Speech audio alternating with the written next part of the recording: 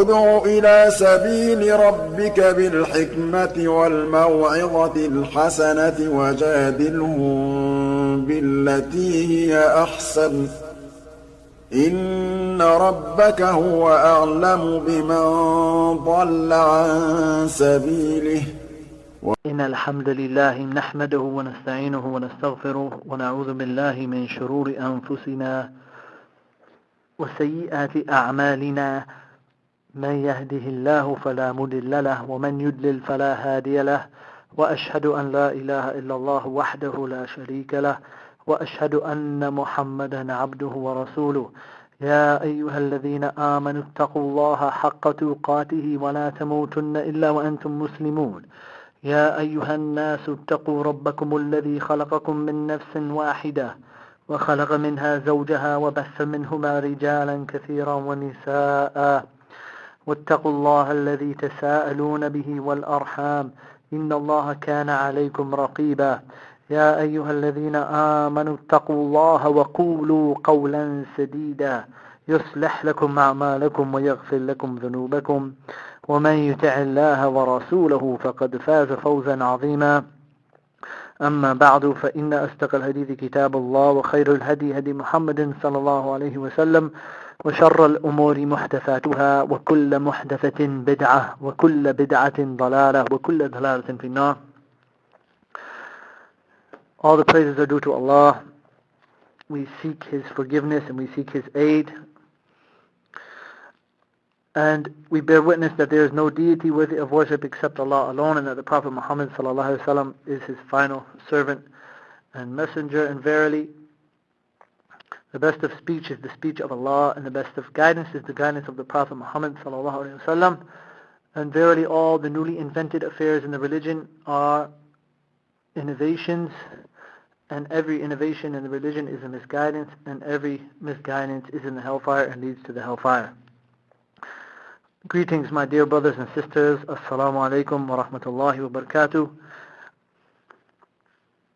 We're continuing with our discussion about the Khawarij, and this is our third discussion. In our first discussion, we had briefly mentioned some fundamentals and principles which are important to understand when we talk about the emergence of this misguided sect called the Khawarij, and the principles and fundamentals which it is necessary to understand the confusion and conflict which took place in the time of Uthman and the time of Ali ibn Abi Talib radiyallahu anhuma ajma'in.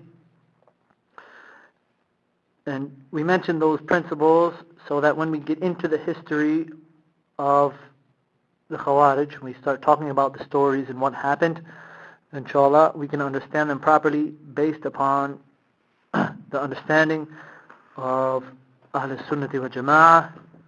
And we ask Allah subhanahu wa ta'ala to increase us in beneficial knowledge and acting upon it. And our second discussion which we talked briefly, we got into the history. We started with the history of the Khawarij, and we mentioned some of the prophetic narrations which we can find in Sahih Muslim, in the book, the chapter, or the Kitab al-Zakat. And Imam Muslim, he brings a special bab where he mentions the Khawarij. And I think it's chapter number 47, if I'm correct. And we mentioned some of these narrations, and then we started talking about when Uthman ibn Affan radiallahu anhu became the Khalifa after Umar ibn al-Khattab radiallahu anhu, and who was responsible for spreading the mischief and doubts and misconceptions about Uthman and starting the problems in Al-Medina. And we left off our previous discussion talking about after Uthman radiallahu anhu was assassinated by these Khawarij, these rebellers, who we said they came from Iraq, from Kufa and Basra, and they were also from Egypt. And we said after the assassination of Uthman, the Khalifa was in the hands of Ali ibn Abi Talib radiallahu anhu. So in front of Ali was two choices we mentioned. We said the first one was to start fighting immediately and take the revenge of Uthman the people who killed Uthman and assassinate the ones who killed Uthman immediately. Or there was another choice of start trying to rectify the situations in Medina after the conflicts and confusion which were present in the time before Uthman and even after the assassination of Uthman. These people who rebelled and protested and eventually assassinated Uthman, they were still in Medina, and they were a large number of people, and they had some type of power and control in Al-Medina. So Ali ibn Abi Talib, he chose the second choice as we mentioned, but he had also left out of Al-Medina and went to the Iraq area. He went to Kufa. And today, inshallah, we would like to discuss the incident of the camel. And as we mentioned in our previous lecture, we said that the rebellers and those who assassinated Uthman, radiallahu anhu, they chose to rebel and eventually assassinate Uthman at the time of the Hajj season, when a lot of the Muslims, they were in Mecca and many of them had left out of Medina. So Medina, we didn't find a lot of the companions, and the successors to the companions from the Tabi'een, they weren't in Medina at that time. So with the Khawarij's, with these rebellers' plots and schemes, they picked an ideal time for them to achieve their plan and eventually assassinate Uthman ibn Affan radiallahu anhu. So Aisha radiallahu anha, she was returning to Medina from Mecca after Hajj, but when she heard about the news of the assassination of Uthman radiallahu anhu, she turned back. Right? She turned back to go to Mecca, and with the intention of consulting her two brothers-in-law who were Talha ibn Ubaidillah and Zubair ibn al-Awwam. Who were considered from some of the most noble companions of the Prophet Muhammad sallallahu alaihi wasallam, and they were also in Mecca at that time. So Aisha, she consulted with Talha ibn Ubaidillah and Zubair ibn al-Awwam, and they decided to go to Kufa to have a meeting with Ali ibn Abi Talib to discuss why he hasn't taken the immediate revenge for Uthman's assassination. And they were seeking to bring rectification to the confusion which was going on and the conflict which was going on between the Muslims. And having completed their preparations to going to Kufa, Aisha radiallahu anhu, she got on her camel in an enclosed saddle and marched from Mecca, and she had with her about 1,000 men. On her right was Talha ibn Ubaidillah, and on her left was Zubair ibn al-Awwam. And they went from Mecca to go to Kufa, as we said, with the intentions to rectify the conflict between the Muslims and to try to bring a resolution to the confusion and conflict which was happening between them. But before Aisha and Talha and Zubair and the men which were with them, the approximately 1,000 men who were with them, before they reached Kufa, Ali ibn Abi Talib radiallahu anhu, he sent to them a messenger named Al-Qa'qa'a, right? Al-Qa'qa'a, to make an agreement between the two parties about how to fix and find a resolution to the situation, and so they don't get into any conflicts and arguments. Right? And keeping in mind that this was the main reason for Aisha and Talha and Zubair for going to Kufa to meet with Ali, right? Was to figure out what is the correct decision and resolution to do with the assassinators of Uthman, and to bring a resolution and to work together to figure out what is the correct way to bring about their punishment. But except for the fact that when they reached Basra, when Aisha and those with her, radiallahu anha, they reached Basra, a city in Iraq, that they found that the situation wasn't as easy as they expected it to be. To the extent that, as Zubair, he said after seeing the confusion in Basra, he says, verily in the time of the Prophet Muhammad sallallahu alaihi wasallam and Abu Bakr and Umar, Uthman, we used to read Allah subhanahu wa ta'ala's statement in Surah Al-Anfal, وَاتَّقُوا فِتْنَةً لَا تُصِيبَنَّ الَّذِينَ ظَلَمُوا مِنْكُمْ خَاصَّةً وَاعْلَمُوا أَنَّ اللَّهَ شَدِيدُ الْعِقَابِ. Zubair, he said, We used to read this statement of Allah subhanahu wa ta'ala. This is in Surah Al-Anfal, verse number 25. And we didn't consider ourselves to be the ones intended in this verse until reaching the place I have reached now, meaning Al-Basra. And Imam Ahmed mentioned this, and also Imam Al-Zahabi in Sirah Alam Nubala. And why was this? This was mainly because of the traces of confusion and conflict that the followers of Abdullah ibn Saba spread in Al-Medina and all over the Muslim territories, in Egypt, through Medina, and Mecca, and in Iraq. And it was widespread and also present in Basra, in the city in Iraq.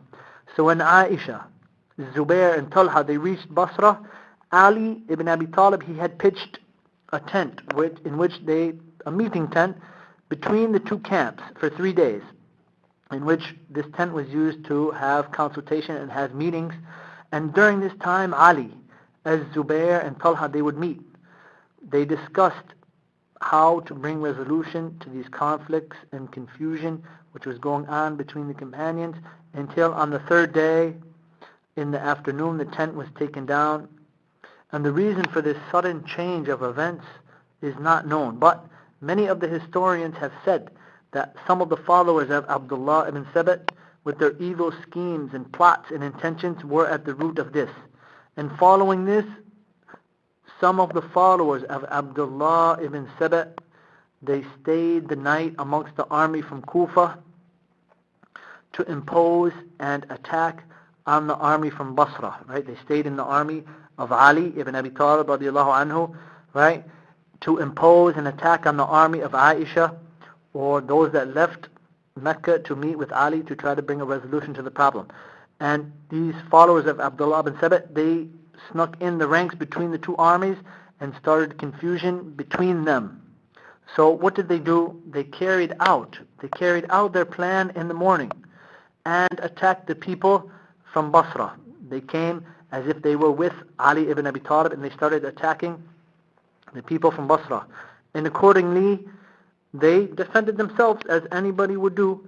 And then the people of Kufa retaliated. And it was minor in the beginning, but then it became major fighting between the two groups.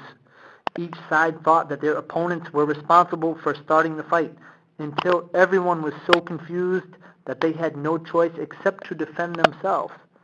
And the influence of the followers of Abdullah ibn Saba on that day is something which many of the scholars agree upon, and we find this in many of the books of history and many of the books which talk about the confusion which took place.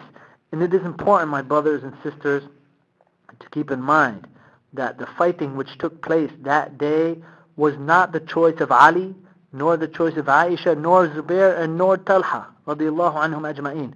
For verily, it was a trap and a scheme and an evil plot which both sides unfortunately fell into. And it is from not understanding the reality of what happened in the situation to call it war or battle between Ali and his followers and Aisha and her followers. Right? This is very important, right? That it is from not understanding the reality of what happened in this situation to call it war or battle between Ali and his followers, and Aisha and her followers. For what reason? For the reason that they did not want to fight, nor did they start the fighting. Nobody from Ali's side started the fighting, nor did anybody from Aisha's side start any of the fighting. It was the hypocrites from the followers of Abdullah ibn Saba who got between the ranks of these companions and started the conflict between them. And the stance of those 4 great companions is clear. As Zubair ibn al-Awwam radiallahu anhu, he mentioned in a narration, as he said to his son after the fighting, the day of the camel, he said, "Oh my son, there wouldn't be anyone killed today except for an oppressive person or oppressed person. And today I don't see myself as being killed as an oppressed person." And as for Talha ibn Ubaidillah, then he was killed radiallahu anhu in the beginning of the fighting. As Al-Ahnaf ibn al-Qais, he narrated, he said, then the two parties met, and the first one to be killed was Talha ibn Ubaidillah radiallahu anhu. So then the clans were even broken up, and it became in some measure a contest between the two rival cities, the Bani al-Rabi'ah of al-Kufa fought against Bani Rabi'a of al-Basra, and Bani Madar of the one against Bani Madar of the other, and so on, with the various tribes and even with families. One part arrayed and fought against the other. And the Kufa ranks were urged on by the besiegers of Uthman ibn Affan radiallahu anhu, who felt that unless Ali ibn Abi Talib conquered, that they were all doomed. And the attitude of the leaders was in marked contrast with the bitter struggle of the ranks. Zubair ibn al-Awwam, half-hearted since his interview with Ali, left the battlefield according to his promise and was killed in an adjoining valley. And a man named Amr ibn Jarmuz had followed Zubair and murdered him while he performed the prayer radiallahu anhu. And Aisha radiallahu anha, what was she doing? She was ordering the people to stay away from the fighting. And Al-Hakim, he narrated on the authority of Muhammad ibn Talha that he asked her, he said, "What do you order me with, O mother of the believers?" She said, "I think that you should be the best sons of Adam, to not harm anyone with your hand." So he did this, then he was killed. In Aisha radiallahu anha, she was away from the fighting in the beginning and had ordered Ka'b ibn Surr to call the people to the Quran and tell them to stop the fighting and let the parties judge between themselves with the book of Allah subhanahu wa ta'ala. So Ka'b, he entered into the midst of fighting, and then he returned back to Aisha. He came to Aisha and told her that both parties have refused what you have said, O mother of the believers, and they continued fighting. Perhaps Allah may bring rectification of the situation with you. So then she, radiallahu anha, she headed towards the fighting on her camel in her enclosed saddle and entered between the fighting. And when she saw the fighting, she said to Ka'b, "Leave me and go to the people with the Quran. Call them to it." And she gave him a Quran. Then the people started surrounding Ka'b, and in front of them were the followers of Abdullah ibn Saba, the evil hypocrites, as they were afraid of the current situation being rectified and coming to a halt. So Ka'b ibn Surr, he met them with the Quran in his hand, and they killed him with one hit. Then they started shooting and flinging arrows at the enclosed saddle of the mother of the believers, Aisha radiallahu anha, and she began to call out, raising her voice, "May Allah curse the ones who killed Uthman and their followers. May Allah curse the ones who killed Uthman and their followers." And she continued making this supplication, may Allah be pleased with her and raise her to the highest ranks in the heavens, radiallahu anha. And then in many narrations that it mentioned that the enclosed saddle which Aisha was sitting in, it was bristling with arrows like a porcupine or a hedgehog. It was taken down off the camel, and by the desire of Ali ibn Abi Talib, he placed it in a retired spot far away from the fighting, where Aisha's brother radiallahu anhu, Muhammad ibn Abu Bakr, had pitched a tent for her. So the carnage in the ill-started battle of the camel, as was called, was very great. The field was covered, as is mentioned in some of the books of history, with over 10,000 bodies in equal proportion on either side. In this, notwithstanding that the victory was not followed up, Ali ibn Abi Talib radiallahu anhu had given orders that no fugitive should be pursued, nor any wounded soldier slain, nor plunder seized, nor the privacy of any house invaded. And later a great trench was dug, and into it the dead were lowered, friends and foes alike. And Ali ibn Abi Talib radiallahu anhu, he encamped for 3 days without the people. He himself performed the funeral service and the prayer, and it was a new experience to bury the dead slain in battle, not against the infidels or the non-Muslims, but believer fighting against believer, brother against brother. Instead of cursing the memory of his enemies, Ali radiallahu anhu, he spoke hopefully of the future state of such as had entered the field on whatever side. And Ali, it is mentioned that he approached Aisha radiallahu anha and asked her about her situation and her affairs and her well-being, and he gave her utmost respect and asked his men to look after her and give her the respect of the mother of the believers and the wife of the noble Prophet Muhammad sallallahu alaihi wasallam. And thus the confusion and conflict and combat between them came to an end. So now, after briefly discussing the incidents of the camel, or the incidents which took place in Mawqi'at al-Jamal, we want to talk briefly about the incidents of Siffin. Right? In this incident, it took place between Ali ibn Abi Talib radiyallahu anhu and Muawiyah ibn Abi Sufyan radiyallahu anhuma on the banks of the Euphrates River in what is now is Ar-Raqqa or Riqqa in Syria.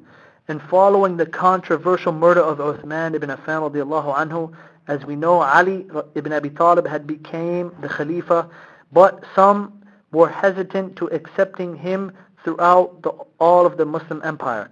And Muawiyah, who at that time was the governor of Syria, was a kinsman, and he was a relative of Uthman radiallahu anhu, who was assassinated.